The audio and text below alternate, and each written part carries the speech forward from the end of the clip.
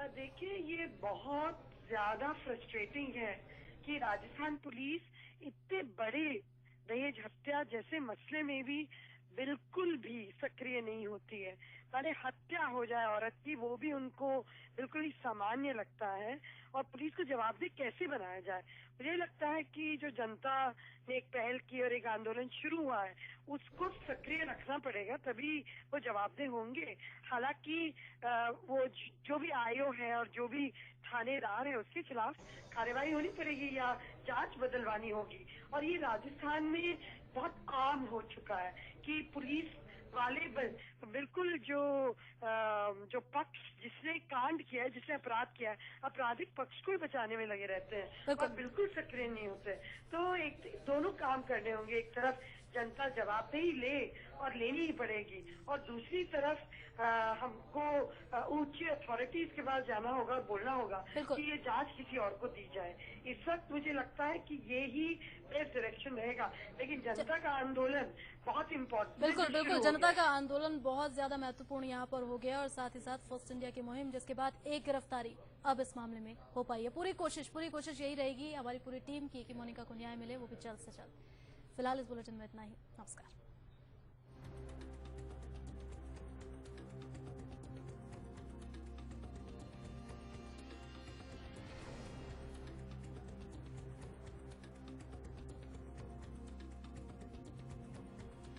हनुमानगढ़ के विकास दूत डॉक्टर राम प्रताप को भारी मतों से विजय बनाने पर हनुमानगढ़ विधानसभा क्षेत्र के समस्त कार्यकर्ताओं बंधुओं का, समस्त हमारे मतदाता भाइयों और बहनों का बहुत दिल से हार्दिक बधाई और शुभकामनाएं।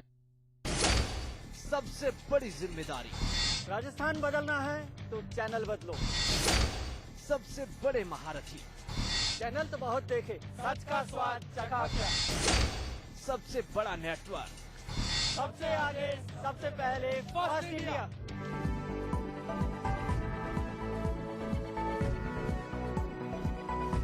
फर्स्ट इंडिया, सबसे आगे सबसे पहले।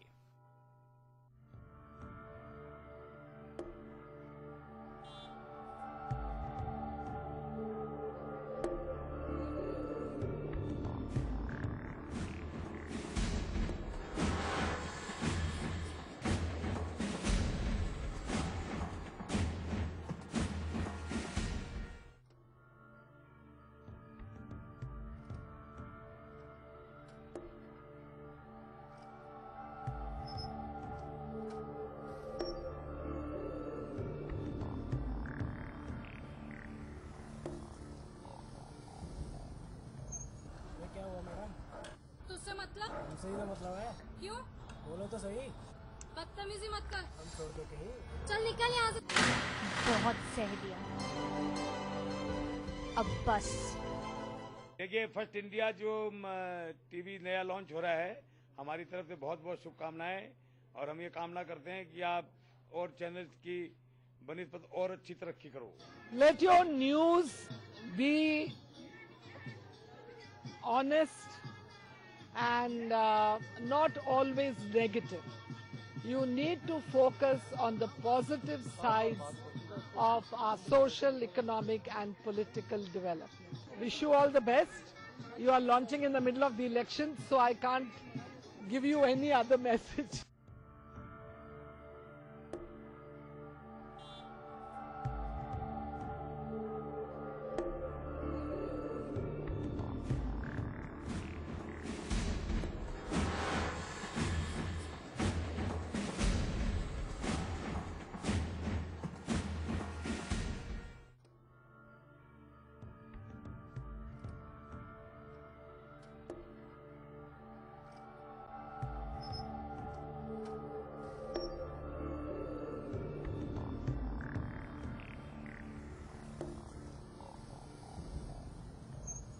क्या हुआ मैडम? तुझसे मतलब? हमसे ही तो मतलब है। क्यों? बोलो तो सही। बदतमीजी मत कर। हम छोड़ के कहीं। चल निकल यहाँ से। बहुत सह दिया, अब बस। देखिए, फर्स्ट इंडिया जो टीवी नया लॉन्च हो रहा है, हमारी तरफ से बहुत बहुत शुभकामनाएं, और हम ये कामना करते हैं कि आप और चैनल्स की बनिस्बत और अच्छी तरक्की करो।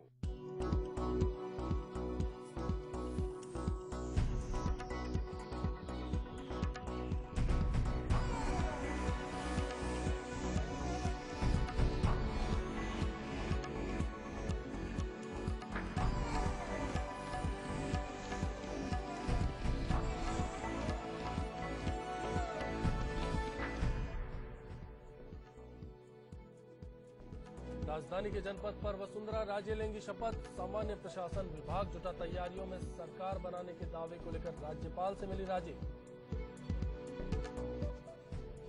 कांग्रेस में नेता प्रतिपक्ष को लेकर कवायद तेज। विश्वेंद्र सिंह के नाम पर चर्चा। दिल्ली से आ सकता है बुलावा।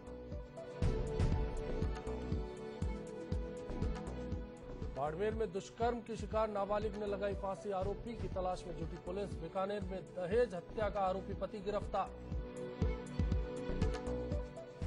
अलवर में रंजिश की आग। पानी की टंकी में डाला जहर। 2 दर्जन से ज्यादा गांव वाले शिकार।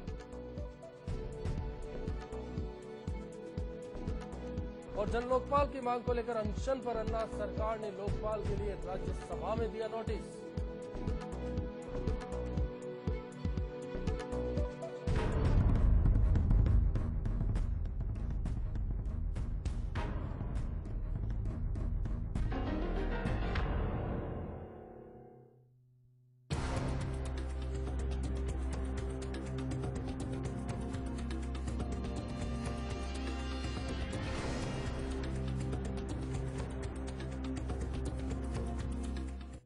नमस्कार, मैं अश्विनी कुमार। आज विश्व मानवाधिकार दिवस है। आज ही अन्ना हजारे ने अनशन शुरू कर दिया।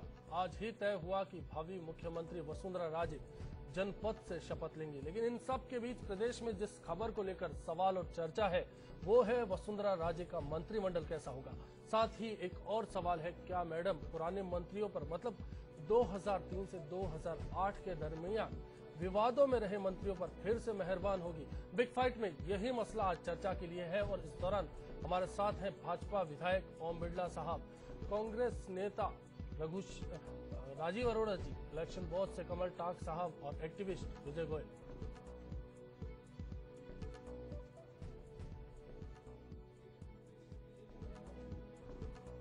मतलब साफ है, वसुंधरा राजे के सामने कैबिनेट चुनने का बड़ा काम है।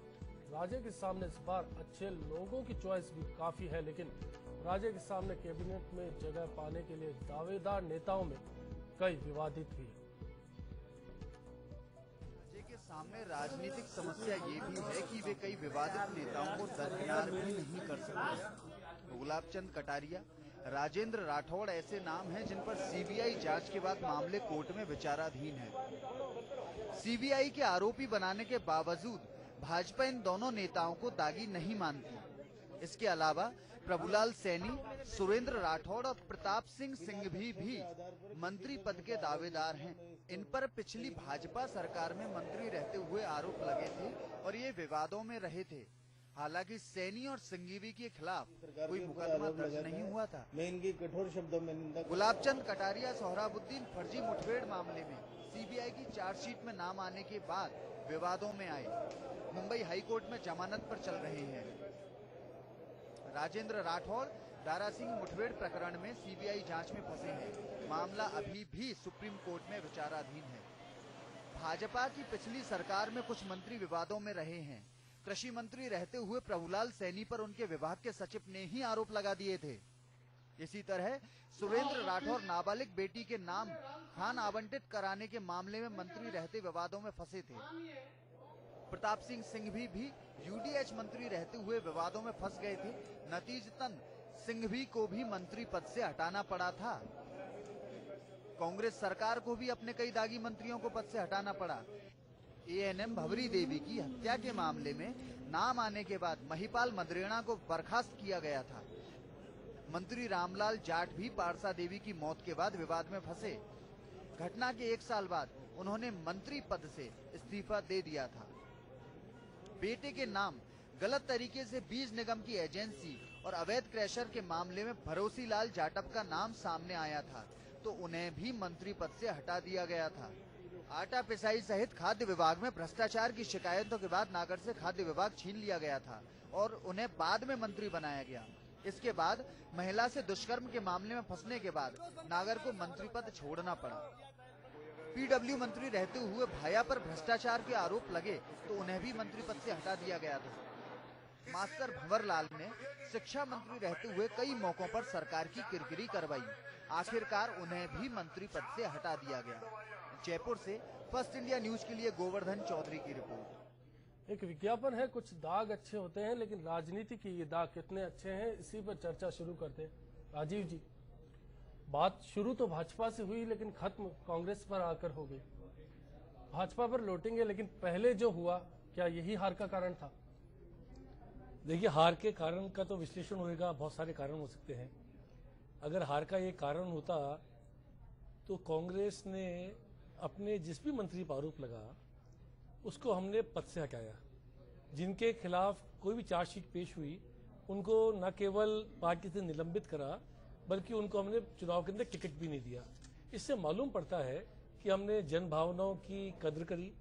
जब भी किसी पे आरोप लगे, मुख्यमंत्री जी ने कोशिश करी कि हम साफ सुथरा हमारा स्वरूप प्रस्तुत करें और ऐसे किसी भी दागी व्यक्ति को सामने नहीं लेके आए। मेरे ख्याल से इस बात का जनता को समर्थन करना चाहिए था कांग्रेस पार्टी का, क्योंकि पूरे देश में इस प्रकार की लहर चल रही है। अभी आपने दिल्ली की बात देखी है, अभी आप बता रहे थे अन्ना हजारे के बारे में कि वो लोकपाल के लिए अनशन कर रहे हैं। पूरे देश के अंदर राजनीति में शुचिता की, सफाई की, भ्रष्टाचार के खिलाफ आंदोलन चल रहे हैं। तो मेरे ख्याल से राजस्थान में कांग्रेस की सरकार में 5 वर्ष तक हमने कोशिश करी कि ना तो किसी ऐसे मंत्री को प्रोटेक्शन दिया जाए, उसका इस्तीफा भी लिया जाए, उसको पार्टी से भी निलंबित करा जाए। तो मेरे ख्याल से इस बारे में कांग्रेस पार्टी की सरकार की सराहना की जानी चाहिए। बिरला जी, पहले तो आपको बधाई। सुना है कि लाल बत्ती आपको भी मिल रही है, सफाई जनपद पर चालू हो गई है तैयारियों के लिए। भाजपा सरकार एक अच्छी सरकार, सुशासन वाली सरकार चलाएगी। जो हमने नारा दिया था नया राजस्थान का, वसुंधरा जी के नेतृत्व में नया राजस्थान बनेगा और सुशासन होगा। सुशासन का सवाल फिलहाल तो मैंने सुना है कि आप भी मंत्रिमंडल में शामिल हो रहे हैं। मैं कोई दावेदार नहीं हूँ। तो बाकी लोग तो हैं, तो क्या इन चेहरों में से किसी की वापसी हो रही है? अब ये मुख्यमंत्री जी का विशेषाधिकार है कि कौन से चेहरे की वापसी हो रही है, कौन मंत्रिमंडल में आ रहा है, ये उनका विशेषाधिकार है। और उनका विशेषाधिकार कोई भी व्यक्ति, कोई भी एमएलए, प्रताप सिंह भी तो छपड़ा से आते हैं, आपका ही क्षेत्र है, हाड़ौती है। ये विशेषाधिकार मुख्यमंत्री जी का रहता है और मुख्यमंत्री जी के विशेषाधिकार में किसी भी व्यक्ति को दखल अंदाजी का अधिकार नहीं है। हमारे मुख्यमंत्री जी सब एक से निर्णय करती है, पारदर्शिता निर्णय करती है, अच्छा निर्णय करती है। इसलिए उनको न सलाह की आवश्यकता है, न किसी इंटरव्यू की आवश्यकता है। तो वसुंधरा राजे आपकी सलाह नहीं लेती? नहीं, किसी की भी नहीं। सलाह लेना एक अलग बात है, लेकिन वो इंटरव्यू करना किसी भी तरीके से समझा नहीं। मतलब किसी की भी से मतलब है ओम बिरला जी से बात करती, नहीं करती, या किसी से भी बात नहीं करती? जब आवश्यकता होती है, जिन लोगों से उनको बात करनी होती है, शीर्ष नेतृत्व से बात करनी होती है, निश्चित रूप से बात करती है, बड़े नेतृत्व से बात करती है, सलाह सबसे करती है। लेकिन निर्णय लेते समय वो पारदर्शिता और अच्छे निर्णय लेते हैं। कैसी पारदर्शिता? एक विधायक से तो नहीं पूछा जाता? विधायक से, हर विधायक से थोड़ी चर्चा की जाएगी। चर्चा उनसे की जाएगी जो शीर्ष नेतृत्व है, हमारा राष्ट्रीय नेतृत्व है। बिरला साहब हाड़ौती के कद्दावर नेता है और दरअसल हाड़ौती में उनका प्रभाव है, तो कहीं ना कहीं हाड़ौती से अगर कोई मंत्री आता है तो पहले तो मैं मानता हूं कि आपसे पूछा जाएगा। नहीं, ऐसा नहीं है, कभी नहीं। मुख्यमंत्री जी हाड़ौती में सब नेताओं को जानती है और सबके कार्य राजीव जी ने तो तस्वीर बयां की, अभी साफ कहा कि कांग्रेस में सलाह मशवरा भी होता है और कांग्रेस में कार्रवाई भी होती है। कार्रवाई तो इन्होंने बताया कि दागी मंत्रियों के खिलाफ कार्रवाई होती है, लेकिन दागी मंत्रियों के रिश्तेदार को टिकट देते हैं, वो हार जाते हैं। ये जनता ने देखा है। आवश्यकता नहीं थी, अगर दागी मंत्रियों को मानते हैं दागी हैं तो उनके रिश्तेदारों को टिकट देते। उस पर तो मंथन हो रहा होगा आखिर। देखिए, यहाँ तो दागी लोगों को टिकट दे रहे हैं। कोई भी आदमी गलती करता है, न्यायालय उसको सजा दे सकता है, सजा उसको मिलती है। उसके किसी परिवारजन को जो कि राजनीतिक पृष्ठभूमि से आते हो, जिनके पूरे परिवार ने कांग्रेस पार्टी के लिए राजनीति की सेवा करी हो, उस इलाके की सेवा करी हो, वहां की जन भावना हो। देखिए, चुनाव में हार जीत होती रहती है, 5 साल बाद क्या होगा किसी को मालूम नहीं है। आज ये बोलना कि उनको दागी मंत्रियों के रिश्तेदारों को टिकट दिया, उस वजह से चुनाव हार गए, ये तो कोई कारण नहीं है। पूरे प्रदेश के अंदर जो जनादेश भारतीय जनता पार्टी को मिला है, मुझे पूरी उम्मीद है कि जनता की भावना का सम्मान करेंगे, साफ सुथरा शासन देंगे। ऐसी कोई बात नहीं उठेगी जिसके कारण पूरे देश के अंदर माहौल बना हुआ है। ये बात की शुरुआत थी हमारी। हम ये चाहते हैं कि अब आने वाला समय आया है, आपको पूरा जनादेश मिला है, बहुत बड़ा भारी बहुमत मिला है, आपका बहुत बड़ी चॉइस है, तो कम से कम अब साफ सुथरा मंत्रिमंडल दो जिसपे कोई प्रश्न नहीं उठा सके। इसी बात पे बातचीत करना चाहते हैं। देखते हैं आगे क्या होगा। इस बात में बेहतर जवाब दे पाएंगे कमल टांग साहब, काफी काम कर रहे हैं, आंकड़ों का खेल आप जानते हैं। जहां तक आंकड़ों की बात है तो हर समय हमने देखा है, चाहे उनको चुनाव में खड़ा होने से लेके और जीतने तक दागी लोग जीत के आ ही जाते हैं। और आप देखिएगा कि अभी जैसे राजेश साहब बता रहे थे कि जो भी दागी हुए उनको हमने निकाल दिया, तो हम ये देखते हैं कि जो दागी हो गए और जो जनता में उनका नाम बिगड़ गया तो उनको हटा दिया, लेकिन जब तक उनके ऊपर केस चल रहे थे, जब तक उनके ऊपर मामले चल रहे थे, तब तक उस पर ध्यान नहीं दिया जाएगा। और तो और उसमें ये देखा जाएगा कि ये व्यक्ति अगर बहुत कदावर है, अब देख लीजिए आप गुलाब चंद जी कटारिया साहब, क्या उनको आप कैबिनेट मिनिस्टर नहीं बनाएंगे? होम मिनिस्ट्री तक उनके पास जाने की पूरी संभावना है, ये एक कयास रहेगा। क्योंकि अब जहां पर उनके ऊपर आरोप है, एनकाउंटर वाले मामले में ही जहां पर उनके ऊपर आरोप है, उसी के मामले में देखते हुए आप देखेंगे कि पुलिस की पूरी बागडोर उनके हाथ में आएगी। तो ये बड़ा ही एक अजीब सा विषय है। निश्चित तौर पर ये सवाल राजस्थान के भी जहन में होगा, कहीं ना कहीं ये सवाल होगा। सीबीआई का दुरुपयोग केंद्र सरकार करेगी, और जिस तरीके से सीबीआई ने दुरुपयोग करके पूरक चार्जशीट के अंदर माननीय गुलाब कटारिया साहब का नाम लिखा गया है, स्पष्ट रूप से ये स्पष्ट झलकता है कि अगर कोई दोषी हो तो पहली चार्जशीट में पेश करते, पूरक चार्जशीट में उनका नाम लिखकर भारतीय जनता पार्टी को बदनाम करना, ये कांग्रेस का पिछले 4.5 साल से केंद्र की सरकार का काम रहा है। चाहे इनके जो भी विरोधी हो, उन विरोधियों को दबाने का, उन विरोधियों को दबाने का, उनको विरोधियों को फंसाने का काम केंद्र में सीबीआई करती आई, चाहे इनके मुलायम सिंह यादव सहयोगी हो, चाहे मायावती जी हो, चाहे भारतीय जनता पार्टी के लोग हों, चाहे अन्य दल के लोग हैं। ये तमाम देश अब जानने लग गया है कि सीबीआई एक कांग्रेस का हथियार है। मतलब कटारिया साहब मंत्री बनेंगे, वो बेकसूर है, उनको कांग्रेस ने फंसा दिया, यही कांग्रेस ने निश्चित रूप से फंसाया है। कांग्रेस की सीबीआई जिस तरीके से काम कर रही है, वह जिस तरीके से केंद्र सरकार के प्रभाव में जिस तरीके के सीबीआई के एक्शन प्लान हुए हैं पूरे देश के अंदर, प्रदेश के अंदर, ये साबित हो चुका है कि वो केंद्र सरकार के डायरेक्शन पर काम कर रही है और राजनीतिक देशतावर तो लोगों को फंसाने का। कटारिया साहब गृह मंत्री बनेंगे तो खुद को सेफ कर लेंगे, इस बात का जवाब दे सकते हैं, जांच करवा सकते हैं कि कहां से कटारिया साहब गृह मंत्री बनेंगे नहीं बनेंगे, ये माननीय मुख्यमंत्री जी निर्णय करेंगे। फिर वही सवाल विजय गोयल साहब, जैसा दावा है राजीव जी का, जैसा कहना है बिड़ला साहब का, मान लें इस बार तो राजनीति साफ हो गई। बिल्कुल, देखिए जितना इस बार इनके पास खुला हाथ है और बहुत सारे लोग हैं जो इस समय मंत्री पद में आ सकते हैं, बहुत सारे युवा हैं। इस बार शायद बीजेपी में 12-13 युवा हैं जो अंडर 30 हैं और वो वेल एजुकेटेड है, वेल वो है, उनको चांस देना चाहिए। जहां तक दागी और भ्रष्टाचार का बात है, देखिए राजस्थान का जो हर्ष हुआ उसके पीछे कहीं ना कहीं सबसे बड़ा हाथ भ्रष्टाचार का था, वो चाहे केंद्र सरकार से का हुआ हो चाहे राज्य सरकार। क्या लगता है अब साफ होगा या नहीं? बिल्कुल, राज्य की जनता ने इतना बड़ा मैंडेट इसीलिए दिया है भाजपा को कि वो राजस्थान की को एक साफ सुथरा। चलिए, जयपुर से एक दर्शक हमारे साथ जुड़े हैं, विवेक जैन साहब।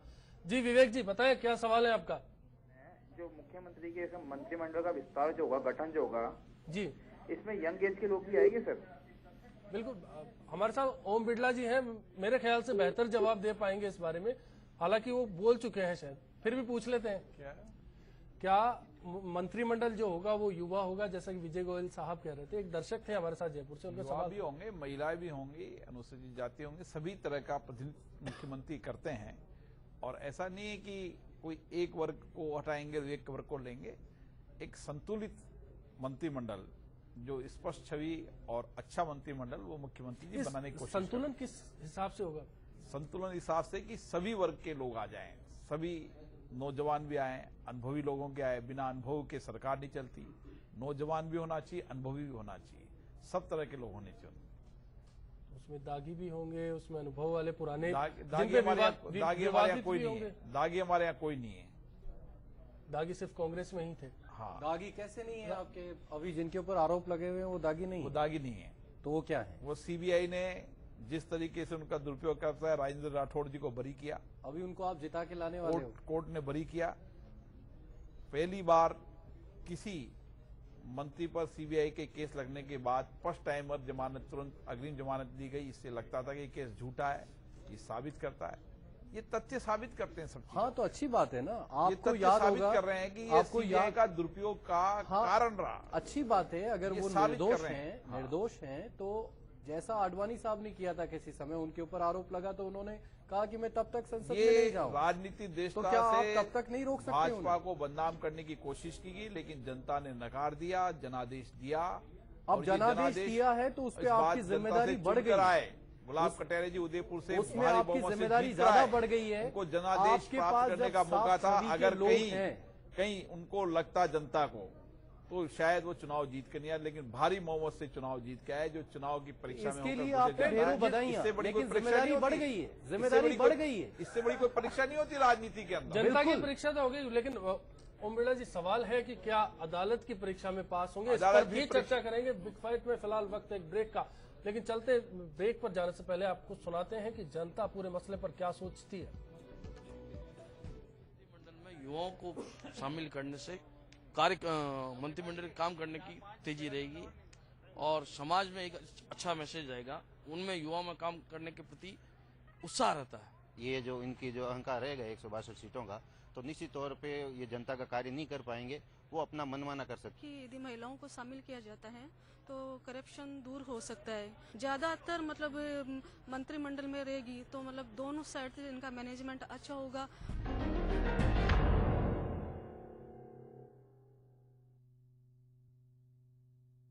हनुमानगढ़ के विकास दूत डॉक्टर राम प्रताप को भारी मतों से विजय बनाने पर हनुमानगढ़ विधानसभा क्षेत्र के समस्त कार्यकर्ताओं बंधुओं का, समस्त हमारे मतदाता भाइयों और बहनों का बहुत दिल से हार्दिक बधाई और शुभकामनाएं।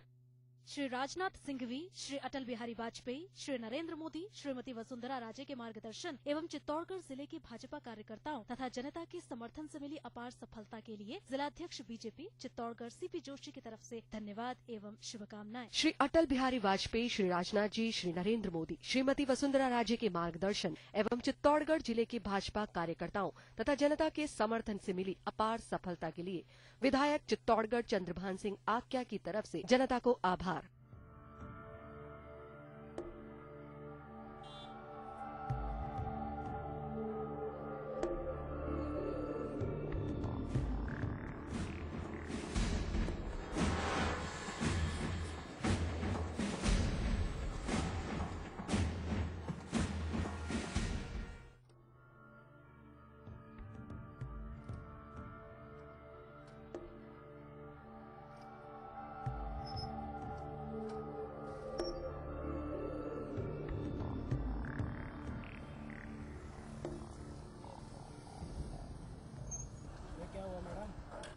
मतलब सही का मतलब है। क्यों?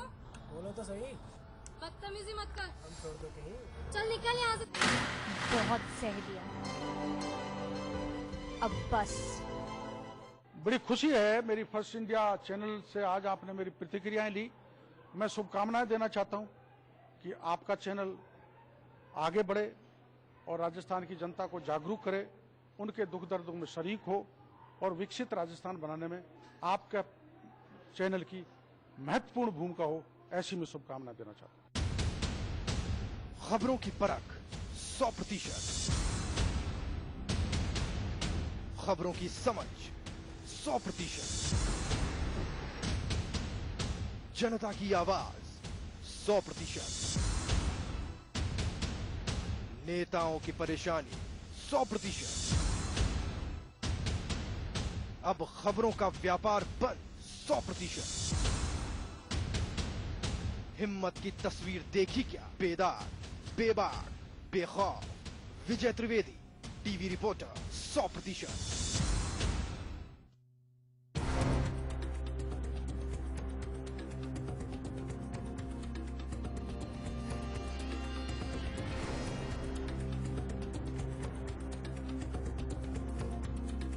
हम लोग वही तय करेंगे जो अगले 2 स्टेट्स भी तय करेंगे। तो उनके कंसल्टेशन में मध्य प्रदेश और छत्तीसगढ़, और क्योंकि एक तो शायद मेरे पहले कर रहे हैं और एक मेरे बाद करेंगे, तो 12, 13 और 14 ये तीनों दिन, और हमारे पार्टी के शीर्ष नेतृत्व आएंगे और सबकी सलाह के बाद हम तय करेंगे कि क्या किस तरीके का ओथ लिया जाए। वसुंधरा राजे को आपने सुना। बिरला साहब, आपने जो बोला और मैडम ने जो बोला, कहीं कुछ फर्क नजर आ रहा है? वसुंधरा जी बोल रही हैं कि एमपी और छत्तीसगढ़ को देखा जाएगा और उसके बाद तय करेंगे। उन्होंने ये बोला कि सबकी सलाह से किया जाएगा। मैं भी ये कह रहा हूं कि हमारे मुख्यमंत्री जी शीर्ष नेतृत्व की सलाह से करता है। मैंने भी ये बोला था। क्या माना जाए, भारतीय मैंने ये जनता नहीं बोला पार्टी कि मध्य प्रदेश राजस्थान में विधायक का वजूद नहीं है। विधायक का जनप्रति नहीं है, हम उनके अंतर्गत काम करते हैं, लेकिन वो शीर्ष नेतृत्व से चर्चा करके और सारे निर्णय करती हैं। कैसे, मतलब कैसे दर्शकों शीर्ष को और नेतृत्व? मुझे समझा दीजिए कि ये शीर्ष नेतृत्व हमारा केंद्र, हमारी कोई पार्टी क्षेत्रीय पार्टी तो नहीं जी, हमारी पार्टी राष्ट्रीय स्तर की पार्टी है। हमारे चरणबद्ध बने हुए हैं। हमारी मुख्यमंत्री जी ने कहा कि चरणबद्ध निर्णय करेंगे, सबसे चर्चा करेंगे, बातचीत करेंगे, संगठन से चर्चा करेंगे, ये उन्होंने कहा है। मेरी अगर याददाश्त ठीक है तो मेरे ख्याल से शीर्ष नेतृत्व का एक फैसला था, शायद राजीव अरोड़ा साहब भी मेरे से सहमत होंगे, प्रदेश अध्यक्ष के चुनाव का, नेता प्रतिपक्ष के चुनाव का। राजीव जी शायद तब सहमत नहीं थी। तब भी सहमत थी और केंद्रीय नेतृत्व का निर्णय उस समय भी माना था और प्रदेश अध्यक्ष से इस्तीफा दिया था। कभी भी हमारे मुख्यमंत्री जी ने केंद्रीय नेतृत्व की अवहेलना नहीं की, आज तक नहीं की कभी भी। शायद 65 विधायकों में आप भी थे दिल्ली जाने वालों में। हाँ, गए थे। कोई निर्णय, कोई बात कहने का सबको अधिकार है प्रजातंत्र लोकतंत्र में। हम भी हमारी बात कहने गए थे कि ये नेतृत्व प्रदेश को आगे ले जा सकता है। दरअसल मैं और राजस्थान यही जानना चाह रहे हैं कि क्या अगर कोई विवादित मंत्री आता है तो फिर आप बात कहने जाएंगे दिल्ली? विवादित मंत्री आता है नहीं आता है, विवादित हमारे यहाँ कोई है नहीं। विवादित व्यक्ति को हमने टिकट नहीं दिया और जो चुन के आया है वो व्यक्ति जनता ने चुना हुआ है। विवादित तो जब होता है जब वो चुनाव लड़ता और हार जाता, और विवादित टिकट दिया ही नहीं हमने पहले ही विवादित टिकट कोई नहीं दिए गए। बिल्कुल, इसका जवाब राजीव जी से लेंगे। फिलहाल हमारे साथ जयपुर से एक दर्शक जुड़े हैं। जी बताएं, क्या सवाल है आपका? मैं रवि माथुर बोल रहा हूँ और मेरा सवाल ओम बिरला जी से है। जी बिरला जी, आपके लिए सवाल। सवाल ये है बिरला जी कि हाड़ौती क्षेत्र से बिरला जी आप एक बहुत स्ट्रांग कैंडिडेट के रूप में जीत कर आए हैं वसुंधरा जी की सरकार में, और आप अपने आप को एक स्ट्रांग कैंडिडेट मंत्रिमंडल के लिए क्यों नहीं मान रहे हैं? क्या कारण है कि आप अपने आप को पीछे की तरफ रख रहे हैं? ये जानना चाहता हूँ मैं आपसे। मेरा विचार हमेशा रहता है कि हमारी मुख्यमंत्री जी निर्णय लेती, उचित निर्णय लेती, इसलिए मुख्यमंत्री जी के निर्णय के अंदर न मैं कभी दावेदार था, न दावेदार हूं, न दावेदार रहूंगा। ये भी एक मुख्यमंत्री जी का है और अच्छा मुख्यमंत्री निर्णय लेती है, इसलिए हमें कभी भी दावेदारी पेश करने की आवश्यकता नहीं पड़ती। माथुर साहब, आपका धन्यवाद। आपने मैं इसमें एक बात जोड़ना चाहूंगा साथ में कि आप देखेंगे कि आप तो मतलब खुद आगे होके मान रहे हैं और कह रहे हैं कि शीर्ष नेतृत्व की सलाह से तैयार किया जाएगा। ये कांग्रेस और बीजेपी दोनों का मामला ये है कि इनके आला कमान तय करेंगे कि यहाँ के मंत्री कौन होंगे, जबकि यहाँ के अगर मंत्रियों को बनाना है तो यहाँ के लोगों के साथ बैठ के तय करना चाहिए। और जो डेमोक्रेसी की बात है, जो बात हम बाहर कर रहे हैं, वो बात अंदर खुद पार्टी के अंदर नहीं है। पार्टी नहीं, वो एक ही बात है। नेशनल पार्टी है, कोई भी नेशनल पार्टी के अंदर ऊपर वाले भी नीचे वाले भी निर्णय करते समय सलाह मशवरे से निर्णय होते हैं। क्षेत्रीय दल होता है जिसमें जैसे मायावती जी का अपना दल अपना निर्णय करना, मुलायम सिंह जी अपना दल अपना निर्णय करना। आज कांग्रेस ही निर्णय कर सकती है क्या? तो इसका जवाब राजीव जी से ले लेते। राजीव जी, ब्रेक पर जाने से पहले भी बात थी, अभी इस सवाल से पहले भी जो बिरला जी ने जिक्र किया, कांग्रेस में तो कुछ गड़बड़ जरूर मैं एक ही बताता हूँ, नतीजे भी बताते हैं। हर समय सीबीआई का जब भी उपयोग होता है उसमें उसको कांग्रेस की एजेंसी बता दिया जाता है। जब लालचंद कटारिया के खिलाफ यहाँ पे हमारे जो एक मंत्री थे, उनके खिलाफ जब सीबीआई ने कोई निर्णय लिया तब आप उसके बारे में तारीफ करने लगे, समर्थन करने लग गए। जब सुरेश कलमाड़ी जेल में गए तब सीबीआई ने काम अच्छा करा। जब कनिमोझी जेल में गई तो सीबीआई ने काम अच्छा करा। जब आपके किसी विधायक, किसी मंत्री के खिलाफ आरोप लगता है तो सीबीआई को आप गलत बताते हो। इस तरीके की बातें चल नहीं सकती। क्योंकि एक संवैधानिक एक एजेंसी जो इस देश में काम कर रही है, न्यायालय काम कर रहा है।